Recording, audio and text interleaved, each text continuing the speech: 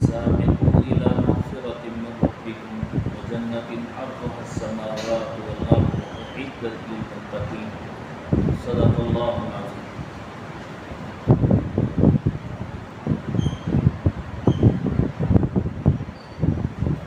ایک قافلہ رات کے وقت سفر کر رہا تھا۔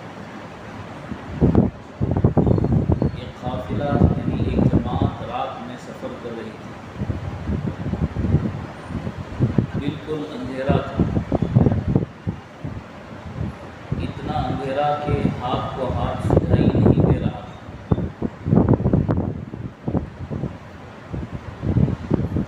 بہت تاریک رات تھی اور قافلہ اپنے سمت اپنی منزل کی طرف رواں تھا، لیکن اچانک ایک آواز دینے والے نے آواز دی، او قافلے والوں، او لوگوں، میری بات کو غور سے سنو۔ تمہارے ہاتھوں میں، تمہارے پاؤں کے نیچے جو کچھ چیزیں مل جائے اس کو اپنے پاس جمع کرو۔ او قافلے والوں،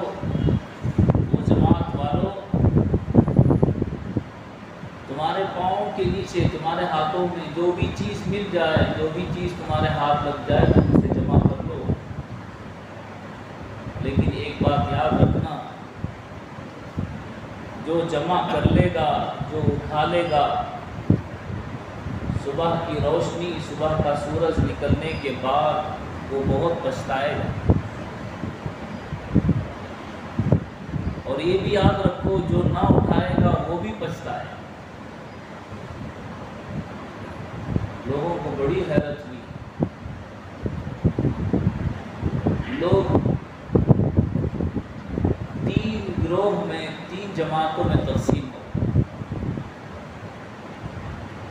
کچھ لوگوں نے آواز دینے والے کی آواز پر یقین کیا اور اپنے ہاتھوں کے ملنے والی تمام چیزوں کو انہوں نے جمع کر لیا۔ کسی نے اپنا بستہ بھر لیا، کسی نے برتن بھر لیا، کسی نے کچھ اور کسی نے کچھ بھر لیا۔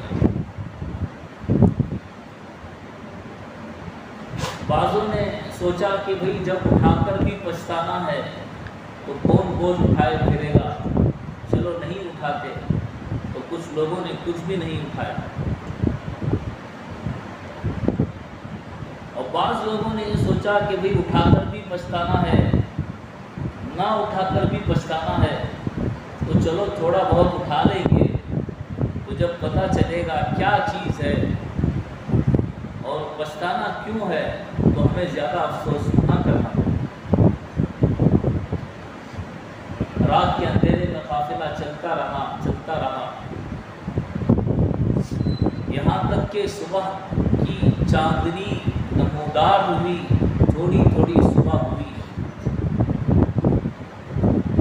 اور سورج کی کرنیں اپنا جلوہ دکھانے لگی، تو لوگوں نے دیکھا کہ کسی کے ہاتھ میں ہیرا ہے اور کسی کے ہاتھ میں موتی ہے اور کسی کے ہاتھ میں سونا ہے۔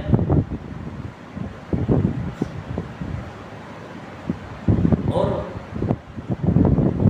جو لوگ بہت زیادہ اپنے برتنوں کو، اپنے چیزوں کو ان چیزوں سے بھر لیا تھا، انہوں نے یہ سوچا کہ کاش کوئی اور چیز بھی ہوتی، کوئی اور برتن بھی ہمارا ہوتا، کاش کوئی اور بستہ ہوتا، کوئی اور بیگ ہوتی جس میں اور زیادہ ہم اس کو بھر لیتے۔ اتنی قیمتی چیزیں ہم کل رات چھوڑ کر آ گئے۔ جنہوں نے کچھ بھی نہیں اٹھایا وہ بھی پچھتانے لگے، ہائے افسوس، ہماری عقل ماری گئی، ہماری مت ماری گئی، ہم نے کتنا قیمتی وقت ہم نے گنوا دیا، کیا ہی اچھا ہوتا ہم کچھ نہ کچھ اٹھا لیں۔ اور جنہوں نے تھوڑا اٹھایا وہ بھی پچھتانے لگے کہ کاش ہم نے آواز دینے والے کی آواز پر یقین کر کے تھوڑا بوجھ اٹھانے کا ہم کو برداشت کرنا پڑتا تھا، تھوڑا بوجھ برداشت کرنے کی ضرورت تھی، تھوڑے مشقت برداشت کرنے کی ضرورت ضرورت تھی، کیا ہی اچھا ہوگا کہ ہم جو ہے اپنے دامن کو ان قیمتی چیزوں سے بھر لیں۔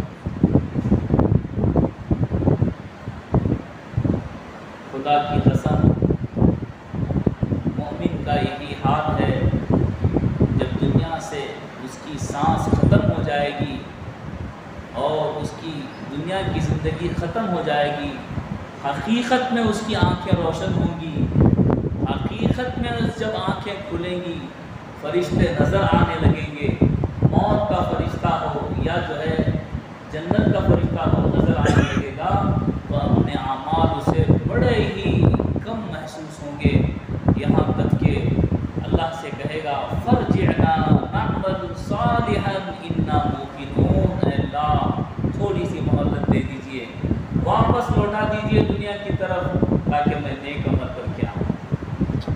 اللہ کہے گا ان اجل اللہ اذا جاء لا یؤخر، کوئی بھلا آخرت میں آ جانے کے بعد واپس دنیا میں گیا ہے؟ ممکن ہی نہیں ہے۔ حتی یلج الجمل فی سم الخیاط، سوئی کے ناکے میں اونٹ کو گزار دیا جائے، یہ ممکن ہے۔ کوئی مرنے کے بعد واپس لوٹ کر آ جائے، یہ ممکن نہیں ہے۔ آخرت کی زندگی شروع ہو گئی، قبر و حشر اور آخرت کے منظر اسے نظر آنے لگے، اب وہ دنیا کی زندگی میں جانا چاہے گا اور اللہ سے فریاد کرے گا، کہا جائے گا کہ اب یہاں آنے کے بعد واپسی کا کوئی راستہ نہیں ہے۔ جس طرح قافلے والوں سے کہہ دیا گیا رات کی تاریکی یہاں سے گزر جانے کے بعد پھر تمہیں واپس آنے کا حق نہیں ہے، واپس تمہیں آنے نہیں دیا جائے گا، تمہارا وقت اتنا ہی ہے۔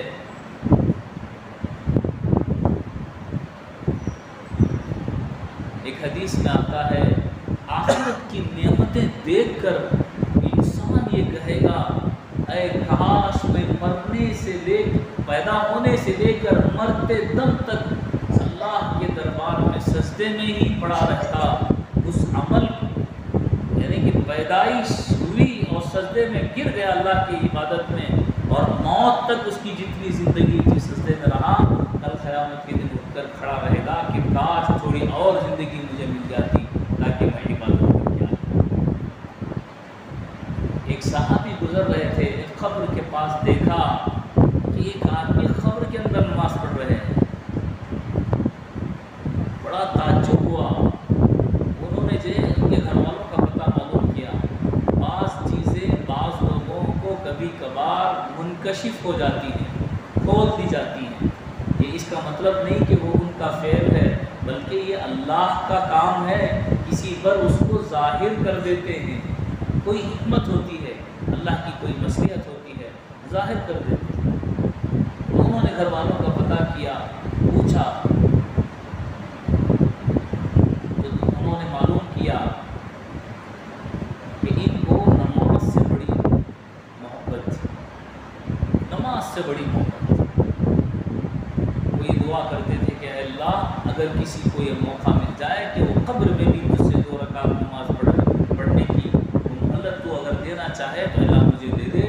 تو ان کو اتنی نماز سے محبت تھی کہ اللہ سے ہمیشہ دعا کرتے تھے شاید ان کی دعا زندگی میں قبول ہو۔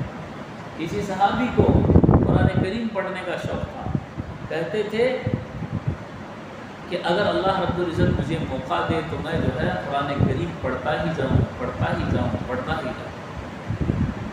ایک صحابی سے کہا گیا کہ جنت میں کوئی عمل نہیں ہے، نماز بھی نہیں ہے، نہ روزہ ہے، نہ زکوٰۃ، نہ کچھ ہے، وہ تو بدلے کی جگہ ہے، وہاں آرام ہی آرام ہے، جو دنیا میں انسان چاہتا ہے وہاں آرام ہی آرام ہے۔ ان صحابی نے کہا کہ کیا مزہ آئے گا جنت میں جب نماز ہو۔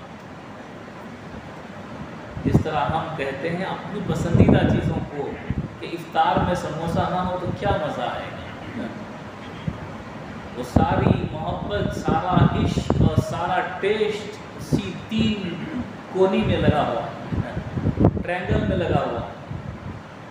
وہ کہتے ہیں کہ بھئی یہ اگر نہ ہو تو کیا مزہ آئے گا۔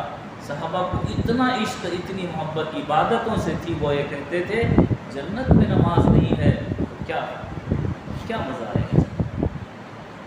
اس لیے کہ جس چیز سے دل لگ جاتا ہے اس سے محبت ہو جاتی ہے، اس کے بغیر رہا نہیں جاتا۔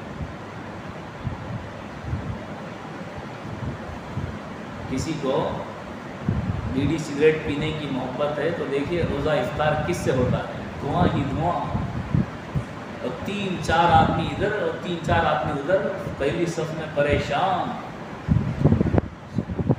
بدبو سے پریشان، اور پھر 1 رکعت ہوئی 2 رکعت ہوئی پتہ ہی نہیں، اس لیے کہ سر گھوم رہا ہے، صبح سے نہیں تھا، ابھی جو ہے۔ تو جس چیز سے جس کو محبت ہو جاتی ہے اس کے بغیر اس کا رہنا مشکل ہو جاتا ہے۔ کسی کو پان کا شوق، چلتے چلتے کہاں چلا جائے، ابھی رام نگر چلا جائے گا، کیا کھانے کے لیے؟ پان کھانے کے لیے۔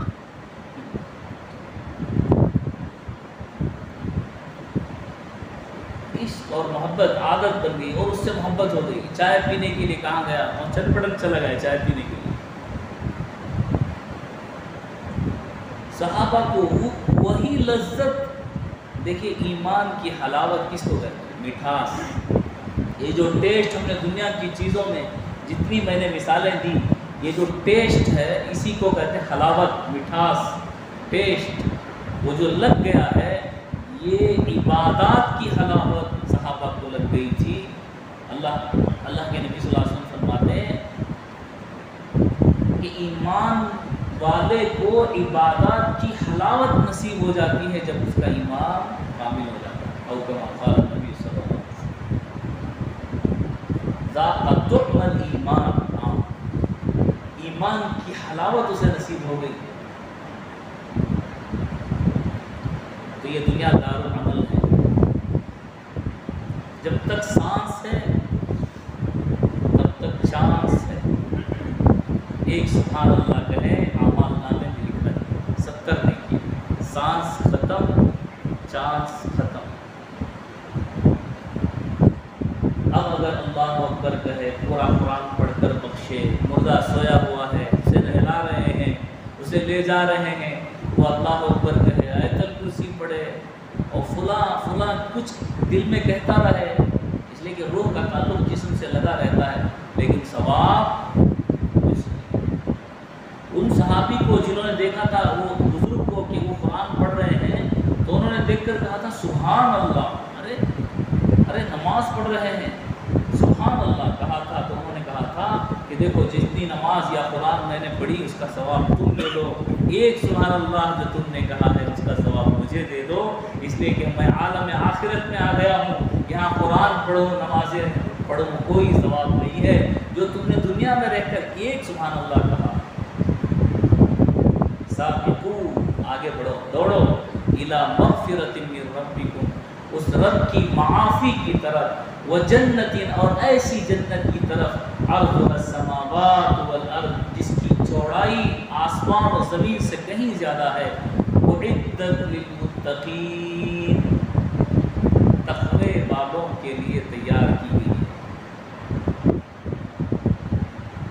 تقوی والوں کے لیے تیار کی گئی ہے، اللہ سے ڈرنے والوں کے لیے تیار کی گئی ہے، اللہ کے پرہیزگار بندوں کے لیے تیار کی گئی ہے۔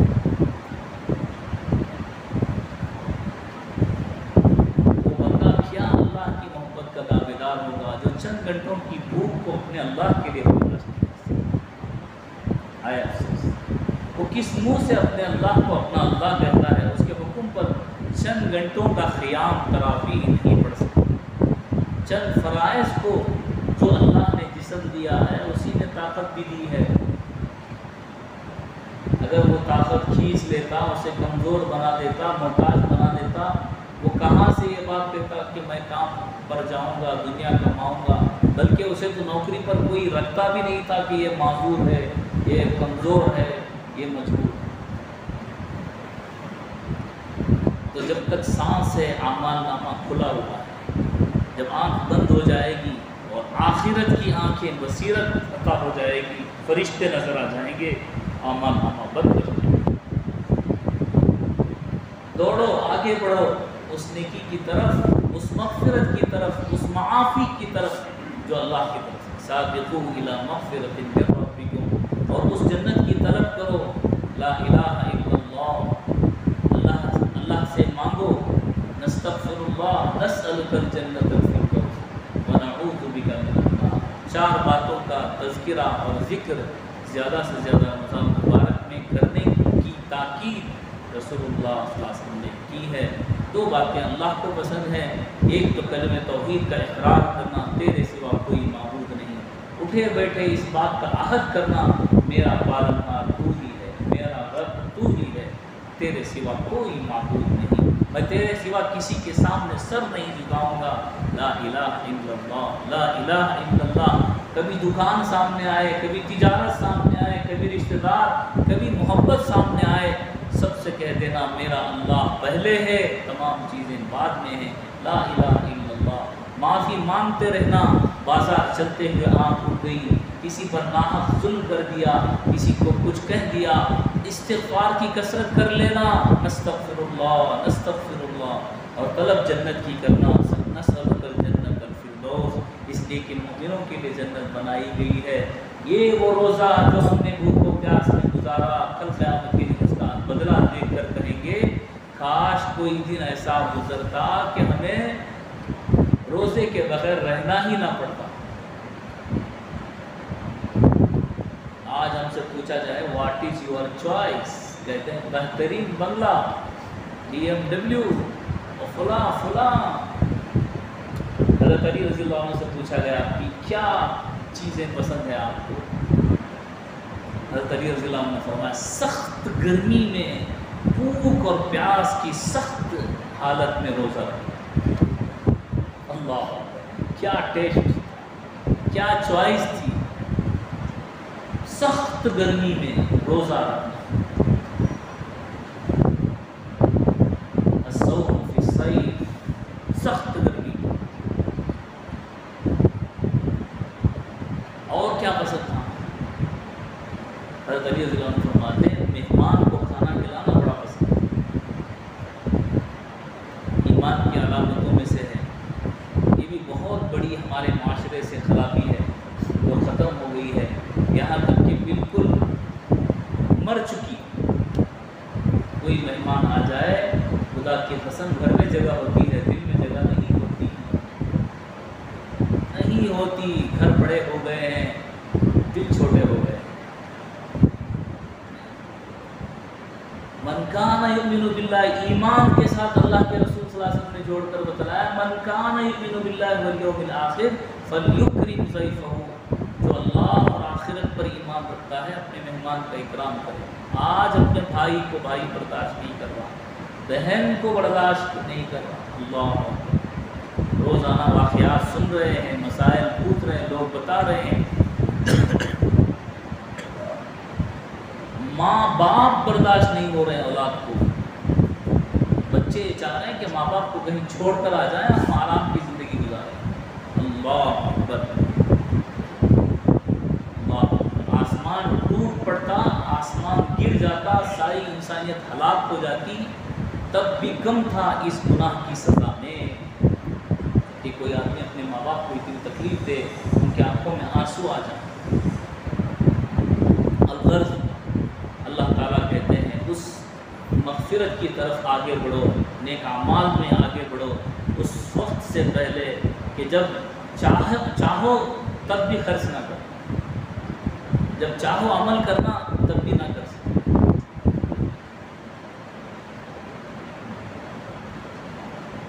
اللہ جگہ جگہ فرماتے ہیں کہ اعمال میں جلدی کرو اس وقت تک کہ ہماری سانس اور زندگی ختم ہو جائے، اس سے پہلے تک۔ اللہ عمل کی توفیق عطا فرمائے۔ کفارہ سے متعلق میں نے بتایا تھا، کفارہ اس وقت ہوگا جب کوئی آدمی جان بوجھ کر روزہ توڑ دے، صرف کسی وجہ سے روزہ نہیں رکھ سکا، مریض، بیمار، یا جو ہے حاملہ عورت یا دودھ پلانے والی عورت، تو اس کے لیے صرف قضا ہے، کفارہ نہیں ہے۔ جان بوجھ کر رمضان المبارک کا روزہ توڑنے پر قضا ہے، یا کوئی مسافر جو روزہ نہ رکھ سکا تو اس کی بھی قضا ہے، صرف کفارہ نہیں ہے۔ کفارہ اس وقت ہوتا ہے جب جان بوجھ کر آدمی روزہ توڑ دیتا ہے۔ اسی طرح فدیے کی رقم سے متعلق میں نے یہ بات بتائی تھی کہ جو روزہ نہیں رکھ سکتا، بالکل امید بھی نہیں ہے، ایسا بیمار ہے، آئندہ اسے طاقت بھی نہیں مل سکتی، تو ایسے آدمی کے روزے کے بدلے ایک فدیہ، ایک روزے کا ایک صدقہ فطر کے برابر دیا جا سکتا ہے۔ لیکن اگر طاقت بحال ہو گئی، روزہ رکھنے کی طاقت اسے مل گئی تو وہ دیا ہوا فدیہ صدقہ کہلائے گا اور پھر سے روزے رکھنا قضا ضروری ہوگا۔ ہاں البتہ روزے چھوڑنے کا گناہ نہیں ہوگا، اس لیے کہ شریعت نے اجازت۔ اب فدیہ کس کو دیں؟ فدیہ کس کو دینا چاہیے؟ ہر وہ آدمی جو صاحب نصاب نہیں ہے، یعنی زکوٰۃ کا مستحق ہے۔ یہ بڑا مسئلہ ہمارے درمیان میں ہے کہ ہم تو سب سے پہلے زکوٰۃ ادا کرنے والے ہی 10% بھی نہیں ہیں، اور جو ادا کرتے ہیں وہ صحیح مستحق تک نہیں پہنچتے۔ سب سے بڑا مسئلہ مستحق کو پہچاننے کا،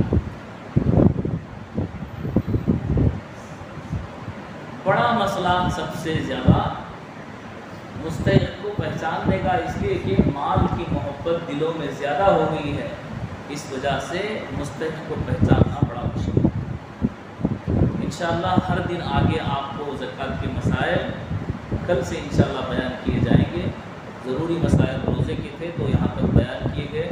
اگر آپ پوچھنا چاہیں پرچی لکھیں تو آپ کو بھی فائدہ ہوگا، جن کو جو ہے معلوم نہیں ہے سوالات ان کو بھی فائدہ ہوگا، اور مجھے بتانے میں بھی جو ہے سہولت ہوگی کہ آپ حضرات کے مسائل کیا ہیں جو ضروری ہیں یا آپ پوچھنا چاہتے ہیں۔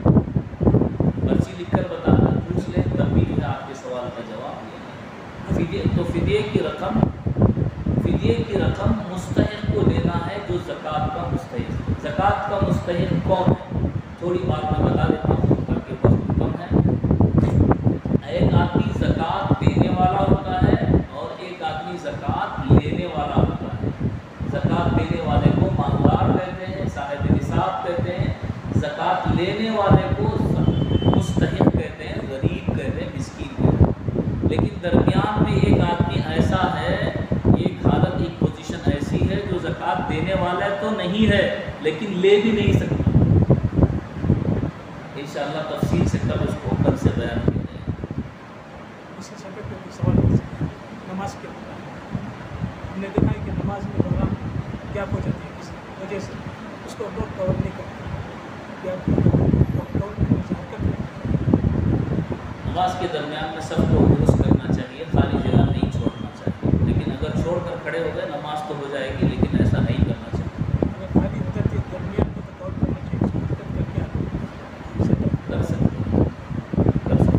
آگے صف خالی رہی تو ایک صف دو صف آگے جا سکتے ہیں، نماز کی حالت میں کوئی حرج نہیں۔